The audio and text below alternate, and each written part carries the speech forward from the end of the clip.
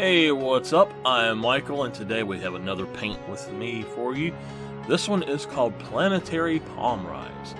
Now, I am starting out by laying out the design, the layout lines with a very light gray watercolor pencil, and I'm just trying to get exactly where I want to put that horizon line.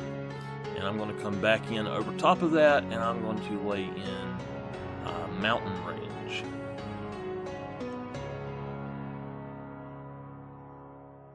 Now, this is on an alien planet, and things might look a little bit different than my normal paintings. But that is the great thing about art and imagination.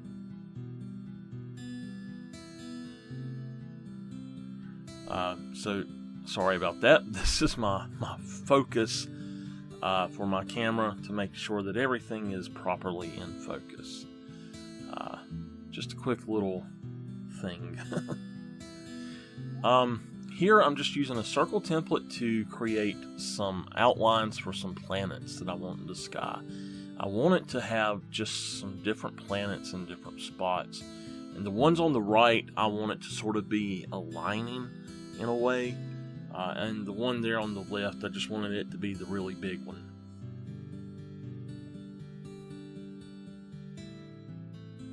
I'm going in with watercolor pencil, and I am simply putting in different colors basically, and I want it to make this sort of like a marbleized looking planet.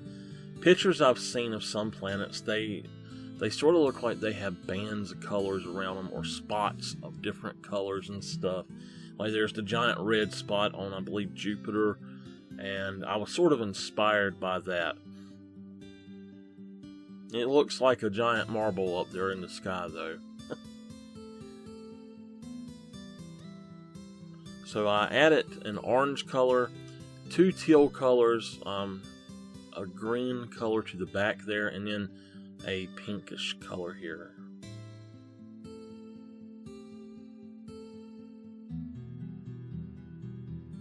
And then that is the orange again. To get the darker tones, besides the teal colors, I used more pressure. With the teal colors, I used two different ones, a light one and then a darker one.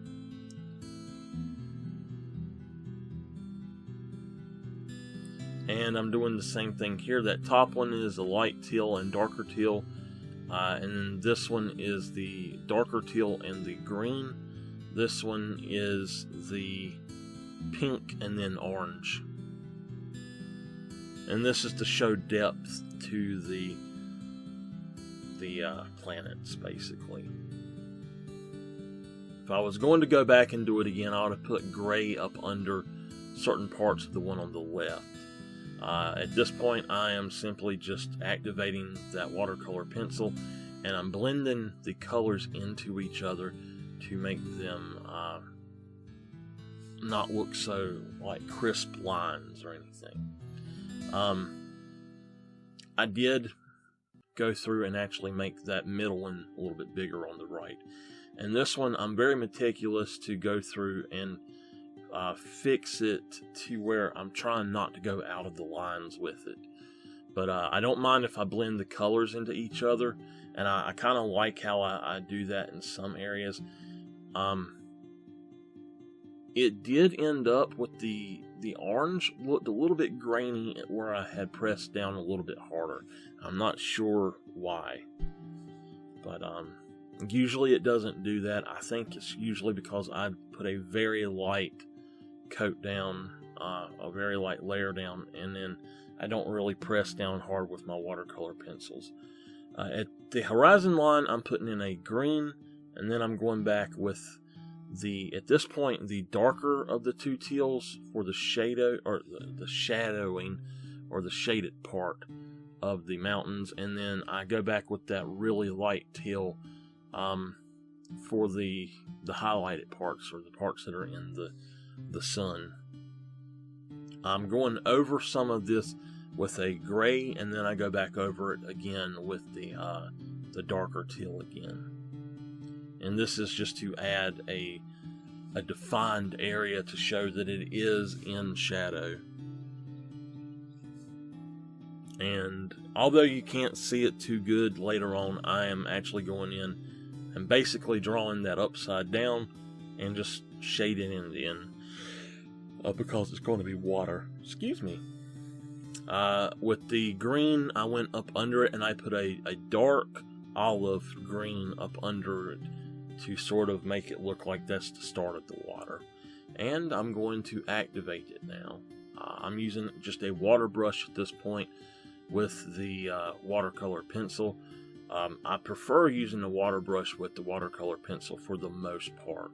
It seems to work much better, especially for the medium size areas of detail and stuff when you're laying in stuff like this. And I'm going through here on the green. I'm actually sort of blending them together, and it gives it a better texture than just using just the same color all over it. It does give it a little bit more. I had spiked up the tops of the trees a little bit, but then I go back. I'm spiking them up here to make it look like there's trees and bushes all back there, but I go back and sort of smooth them out at the top. I liked it much better with a more smooth look than just stuff popping out here and there. I'm going back in, adding a little bit more color to the light part of the mountain.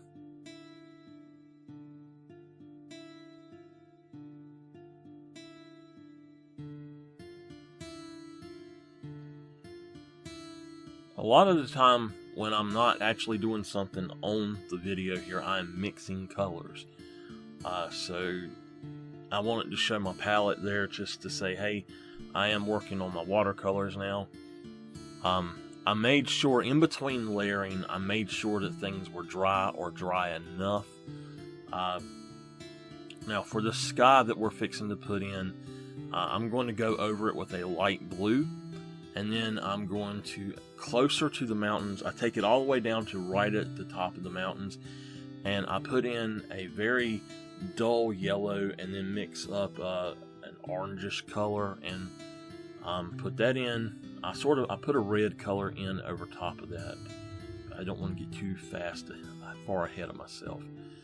With the planets already dry, I just actually went right around the edges of them, and it didn't really make much of a difference at all. It sort of looks like they belong there like that.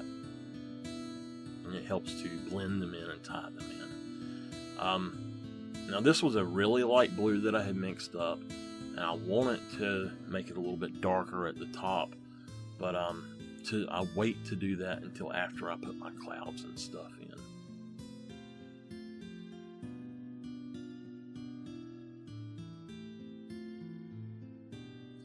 Again, I'm putting down another layer in different spots. It's a little bit of a darker blue actually that came out this time.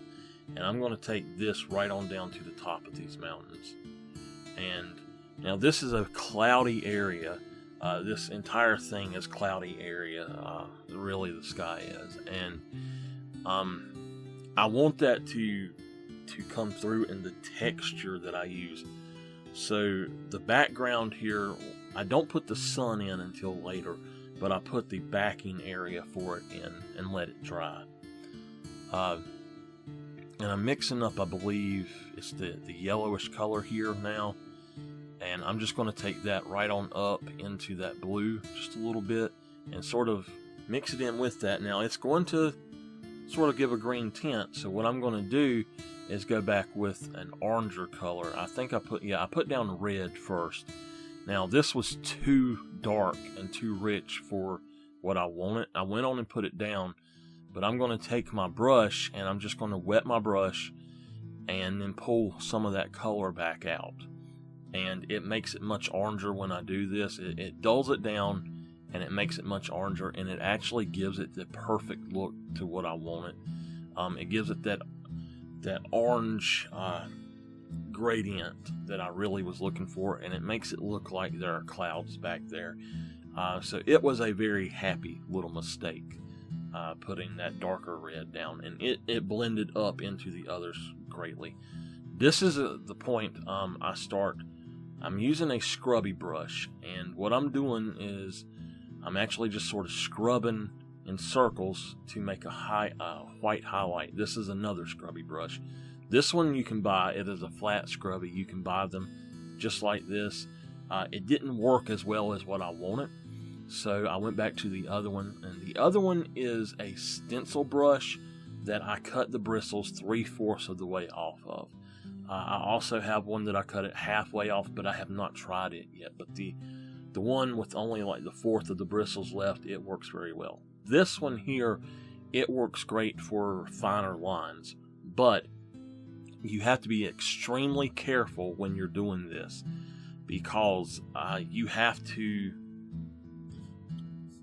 when you rub, it's going to pull part of the paper up, and that is, it's part of the plan actually. I didn't necessarily want to pull up paper, but to lift that up, it gives the paper a little bit more texture. And what I'm going to do is go back in over the white that I have pulled out, and where that paper is a different texture now, I'm going to use a deerfoot brush, and I'm going to basically stamp in color over top of those whiter areas. And I'm going to start with a pink, a very light pinkish color. It's almost an orangish pink, and then I go to a bluish purple, and then to a slightly darker version of that particular bluish purple, more blue in it. So there's the pink, and then here's the purple,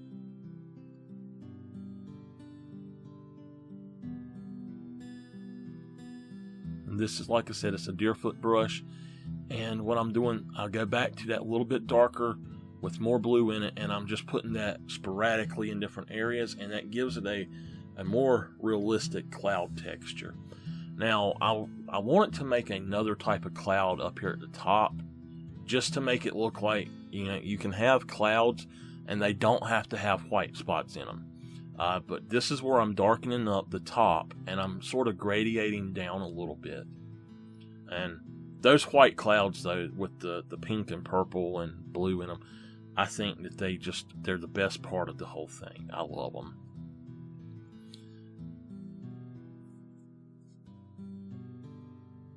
And as I let it set and dry, I believe I go back in. Yes, here I do. I go back in and I put a little bit more blue in to sort of blend in that darker blue and the lighter blue up top.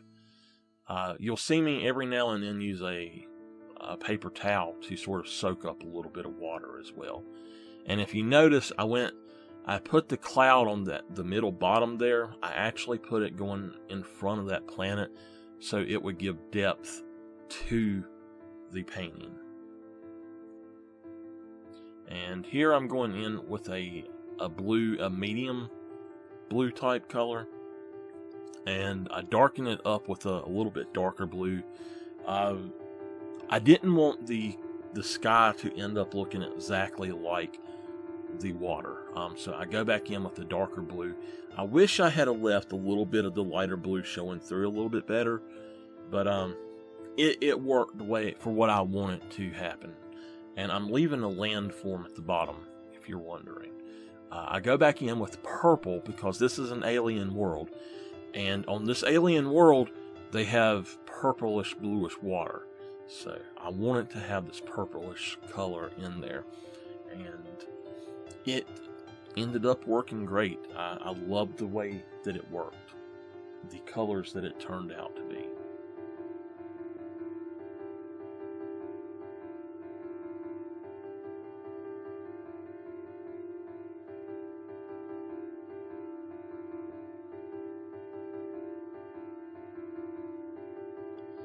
And I'm just mixing paint here apparently. What I was doing actually is I was trying to find a good color to mix to go on the bottom there. I mixed a yellow, it's Naples yellow, which is the one I used in the sky. It's Naples yellow, and I mixed in some green with it. to make a little bit of a green texture right here for the bottom. And then I said, okay, well, I'm going to put a little bit more yellow in it, and I made sand on the beach, basically. And I put a little bit of orange in there as well, I believe. And I actually take it into the blue to make it look like there's sand up under that, and I'll come back and do some other work here in just a moment as well. So it dried, and I took, right where I'm touching up, I had to pull out puddles of water that had formed where the paper buckled a little bit. So just be careful with that. But I went in and I put in the same color back over the spot again, but not as much, so that water wouldn't just puddle there. And both of these spots were where I wanted to actually add trees in later.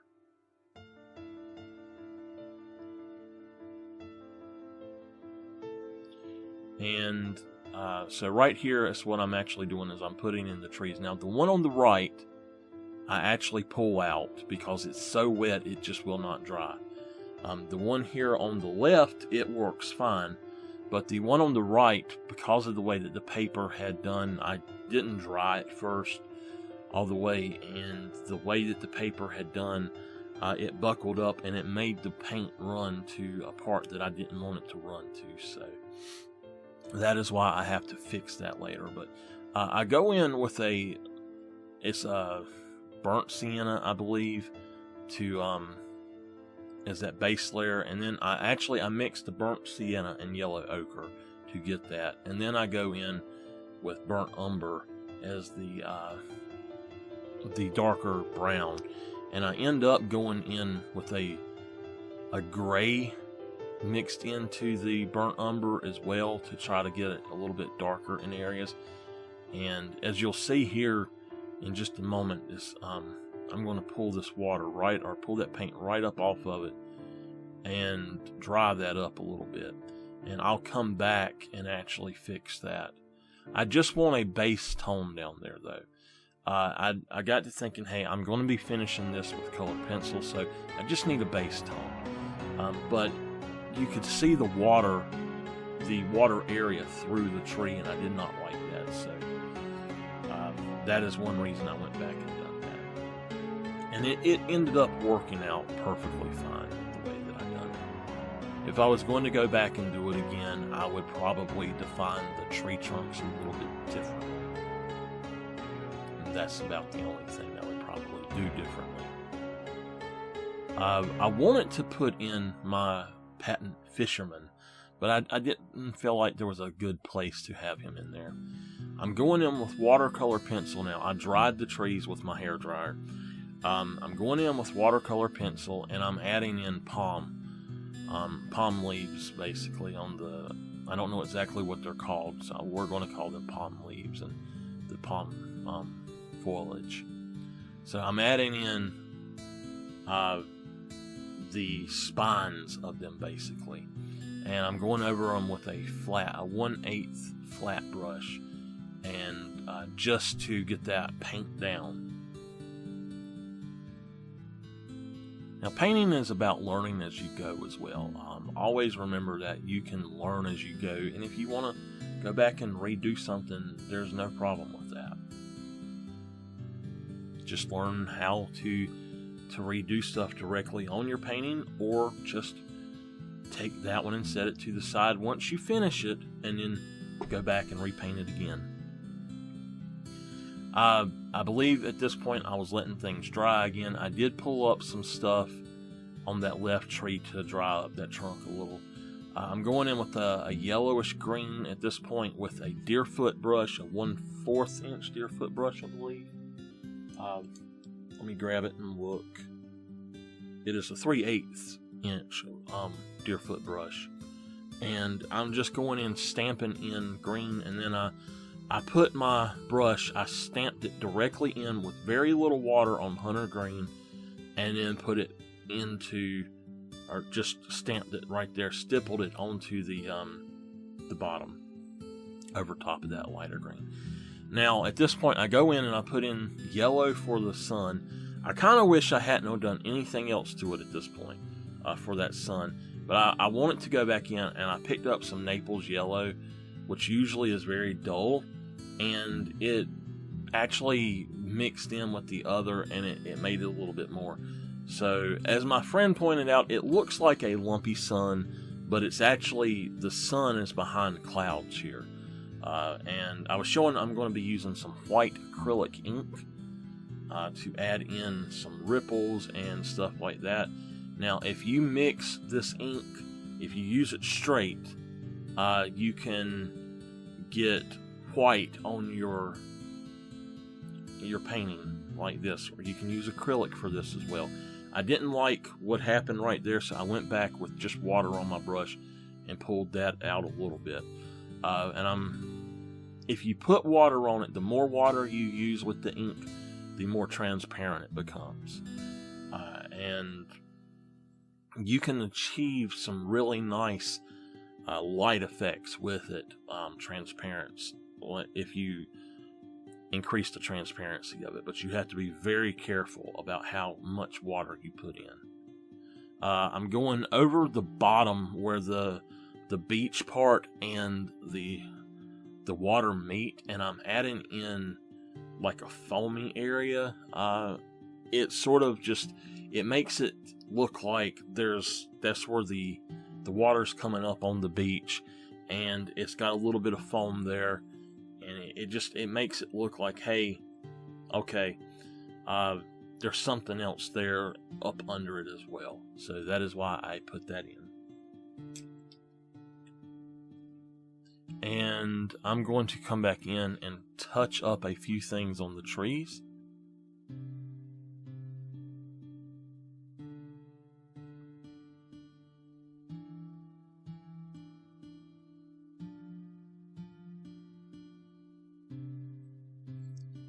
At this point, I come in, and on the mountains, right up under where the sun is, I put in a little bit more glow on the mountain itself with a little bit of yellow.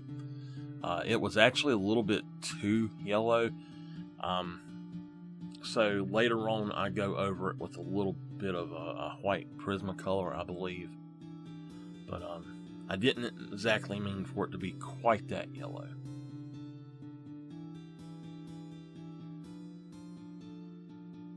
And at this point, the mountains have pretty much disappeared out of the reflection.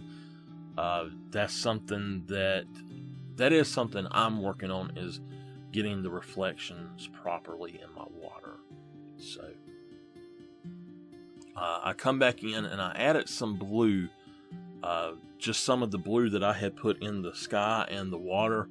I added some of that, slightly dulled down a little bit into the mountains as they go further back, to give them sort of like going from the darker teal to the bluish tint.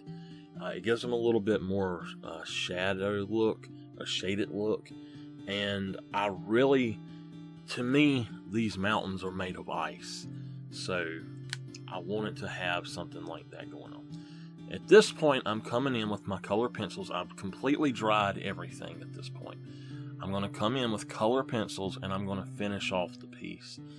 I'm just going in with various different browns, and you can mix them up however you want to. I tried to lay down the darker stuff on the left of the left tree, and then on the right of the right tree. And then I'm adding a yellow ochre to the right of the left tree and the left of the right tree, to add a highlight coming from that sun. And then I'm darkening up. You can see I'm gradiating out basically with the color pencil to make those the wood or the bark and stuff look like it's getting darker and it's in shadow and shade and stuff. And there I was just testing to see how well the ink had dried. So I'm going to come back in, and I'm coming in with a yellow color, just a yellow color pencil. And everything at this point, I believe, is color pencil.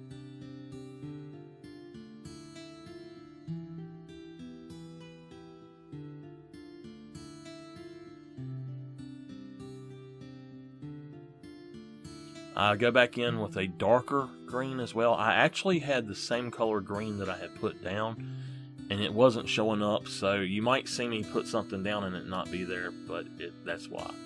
I'm coming back to put highlights with the yellow on those spines for the leaves, and then I'm going to actually just put in that brighter green on the leaves as well, and then I'll come back and put in the darker green over top of that to give a contrast so you can see the different greens there.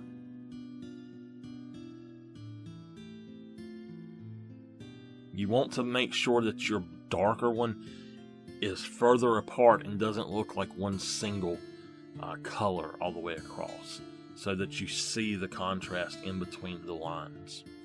I'm going back through at this point again with the yellow and with the darker green, and I'm adding in more grass texture, and I'll go back in again, I believe, one more time and actually add that same dark green, add it even more thickly across there, and it really it thickens that grass up and gives it that illusion of grass. I wanted the white of the mountains to not be quite so white, so I go in and I add I don't have the same pencil color for the lighter teal, so I added another one that I have. It's a more bluish tint, and I just add that over. I added it right through that yellow as well to sort of dull it down. I went through the water and put in a few pieces here and there, and I'm going back over the mountains as well. The pieces I put in the water are just left and right swipes, basically, and I want it to define a little trench coming down the mountain, and that is what I'm doing here.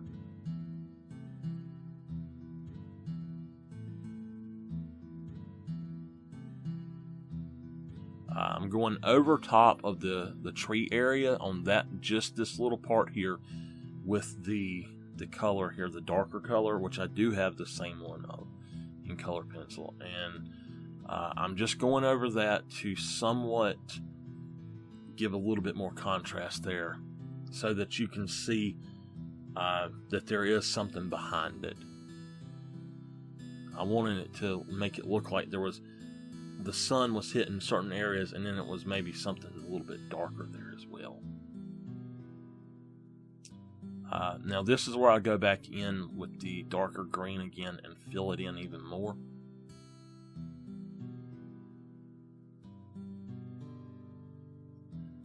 And at the trees, I actually go over certain spots right in front of the trees to blend it in, and right beside of the trees, I really want to blend that in where the paint was too close to each other, and I didn't want to mess them up.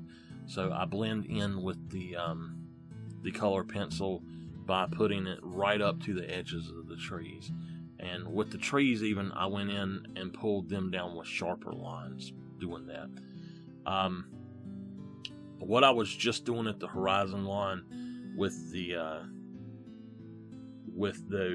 that green was I wanted to add a little bit of a solid line across there in that same color, so that I could sort of get a better idea of where the water is reflecting, and then what above it is basically the trees. And now I'm going through with a Prismacolor white, and just I'm highlighting different areas, and I'm blending together the color pencil in different places where it looked like it had too much texture to it. So I'm just blending together that color pencil, and then basically what I done there on the water was just add in a few more white areas. As you can see, as that ink dries, unless it's really thick, it is going to give you it's going to sort of fade away a little bit. And then I'm going back in. I believe this is a purplish blue, or a dark purple, or a blue one.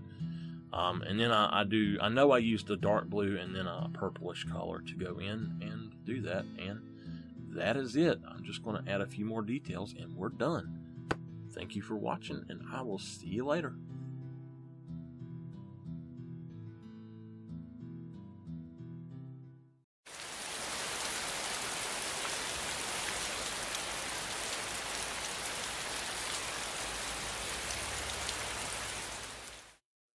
Oh hey, thank you for watching my videos. I hope you've enjoyed them. Check out the description for more information and links. Check over here for recommended videos, and I will see you later.